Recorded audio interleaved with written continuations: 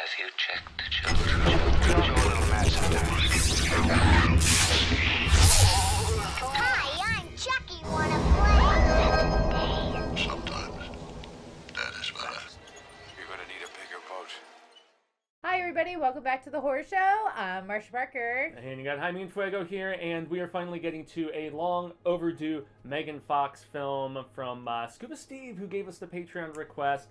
We be talking till death. Yes. That's right, and there's obviously a marriage reference there, but yeah, we're gonna handle this as we do, and sorry for the chuckling, because this one was kind of something else. Megan Fox is trying to have like a little mini career resurgence. I really enjoyed Jennifer's Body, but not really much else in her body of work. Most people seem to just like her body more than her work, and I think that's why she's still getting work. Anyway, Till Death came out this past year in 2021, and it essentially, I guess, you know, we'll get into the story here in a second, but as far as overall thoughts, she wasn't as bad as I was expecting her to be in this, but the story was just reminiscent of so many other things that I've seen before. A little bit of Gerald's Game, you know, other like crime-centric sort of films with, you know, revenge involved and infidelity and lots of other stuff. So it was tropey in that regard.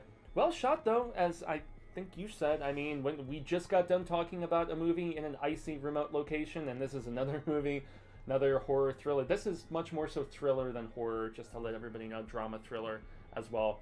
So, I mean, decently shot, and there are a couple moments of tension for me once a couple people show up on the scene and it starts getting kind of weirder and more convoluted. But aside from that, sorry Scuba Steve, I was not the biggest fan of this movie, although I was going in expecting like Redbox direct-to-video VOD garbage, and it was at least a little elevated beyond that, but not by a large margin. Let them have it, Marcia. Yeah, I was not a fan either. But that being said, like, okay, so the story was kind of interesting plot line. Like, I thought like the idea was kind of cool. I thought Megan Fox was horrible. So bad. I'm so So sorry. did Catherine when we watched it. I She don't was want to like... be like a woman hater, because I know, like, you know, women work too, and everybody needs a job and whatever. But like, some of the things that didn't make sense. She's not a very good actress, and like through this whole ordeal, she's like, the biggest thing that was really weird to me was that her makeup was like flawless throughout this whole thing. Catherine Her said face, the same thing her face when we watched makeup, it. which makes no sense Donuts. at all. So it makes me wonder, like, it was throwing me the whole time, just because I kept like, is her face really messed up, and that's why she has to wear, maybe it's like part of her contract, so she has to have like perfect makeup all the time? Especially with the scenario she finds herself in over the course of the story here, you're just like, there's no way. But anyways, there, sorry. But yeah, I wasn't a big fan, and I thought the plot idea was like interesting, but the follow through wasn't enough for a full movie, and maybe if it ended like a short or something, it would have probably hit a little bit better than the full length movie. Yeah. And as far as story goes, like, this is one that it starts out with you thinking it's going to be one thing, and I will give them a little bit of credit for a couple twists that I was just like, okay, that's interesting, but some of them, including the connection that she had with a character that had abused her, that so ironically shows back, well, yeah, I can't really go into too much of that, but yeah, there was a lot of conveniences in the script to this. So Megan Fox she works at the same law firm as her husband, presumably, although, you know, she's obviously nowhere near of his esteem or power or whatever, and he's kind of derogatory of her and doesn't seem like he truly appreciates her.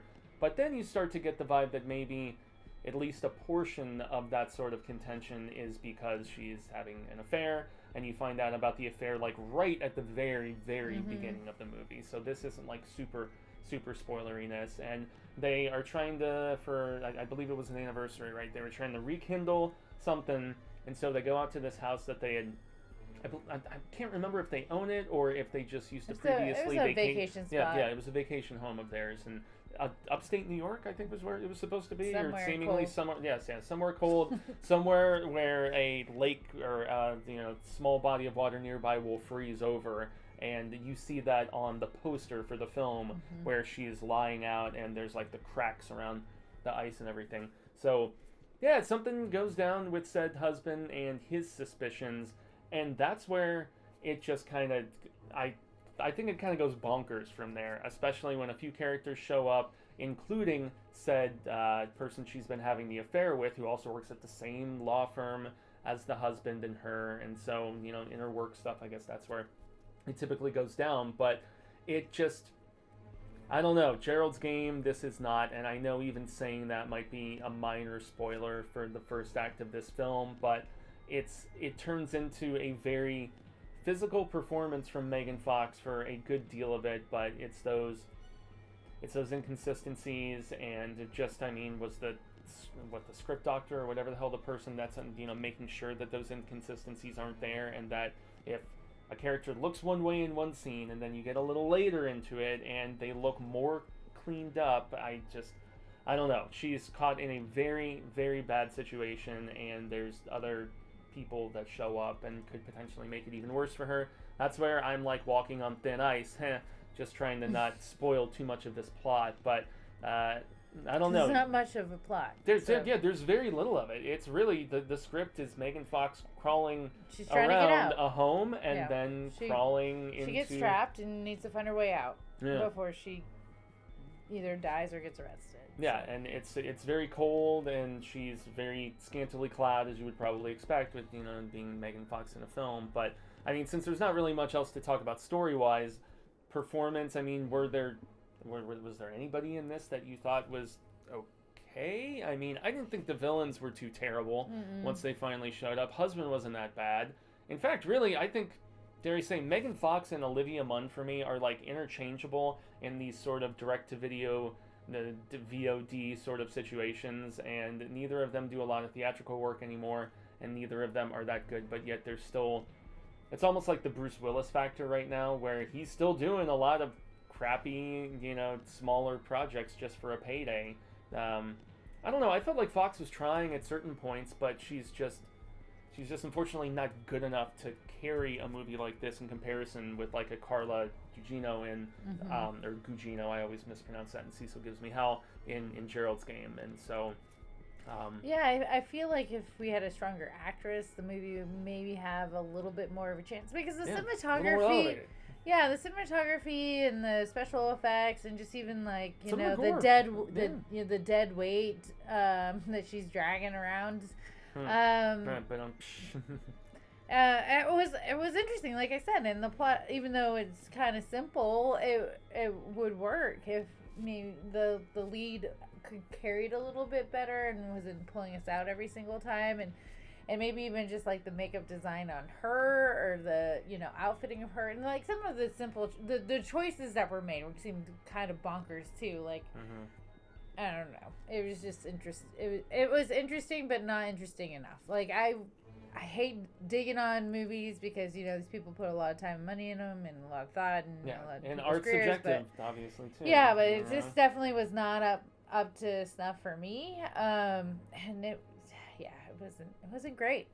Yeah, and then into just the production and the actual filmmaking aspect of it, and then we'll just give some brief thoughts about gore and practical and whatever. It was well shot, and I don't think this director had a lot of stuff under their belt. I think this was maybe a couple features in, if not first feature. I was trying to double check in a moment ago, but phone just died, so hey, it's not somebody with like a lengthy track record, or from what I at least understand, a big esteemed sort of portfolio of filmmaking. And so in that regard, I thought some of the scene selection was very effective, especially once we did get into some of the more violent sequences. And there is gore in this movie. There are characters that are blasted apart once some guns become involved, and there's also a couple like sort of grisly cringe sort of moments, and those were decently done from a practical standpoint. And so I would at least say that this wasn't a poorly made film. It was more so issues with the script and with the acting more so than anything, Yeah, I agree with that. Cool. Anything from a Sonic standpoint, score standpoint, there's nothing in that regard either that really, stuck out particularly, serviceable in that regard. Standard, yeah. No like crazy sound design that we got to. There's like nothing really to go with that. So Yeah, I mean, just it's very simple. Yeah, indeed. And then I guess there's not really that much else that we can talk about. And Scuba Steve, sorry that we were not like the biggest fans of this one in comparison. But thank you so very much, a grande gracias, as I always say, from the entire team here for staying supportive of us and tossing stuff out for us to at least give our personal thoughts on, because we never sugarcoat it. It's always an honest sort of situation here. And if you would like to become a patron yourself, all of the information for that is in the description box below. I don't know if this one is going to migrate over to the regular YouTube channel, so probably just on the Patreon. So thanks to everybody who was supportive there. If it does end up on YouTube, like, share, subscribe. You guys know the drill. But until next time, I've been Jaime and Fuego. I'm Marcia Parker. And remember, Stay scared.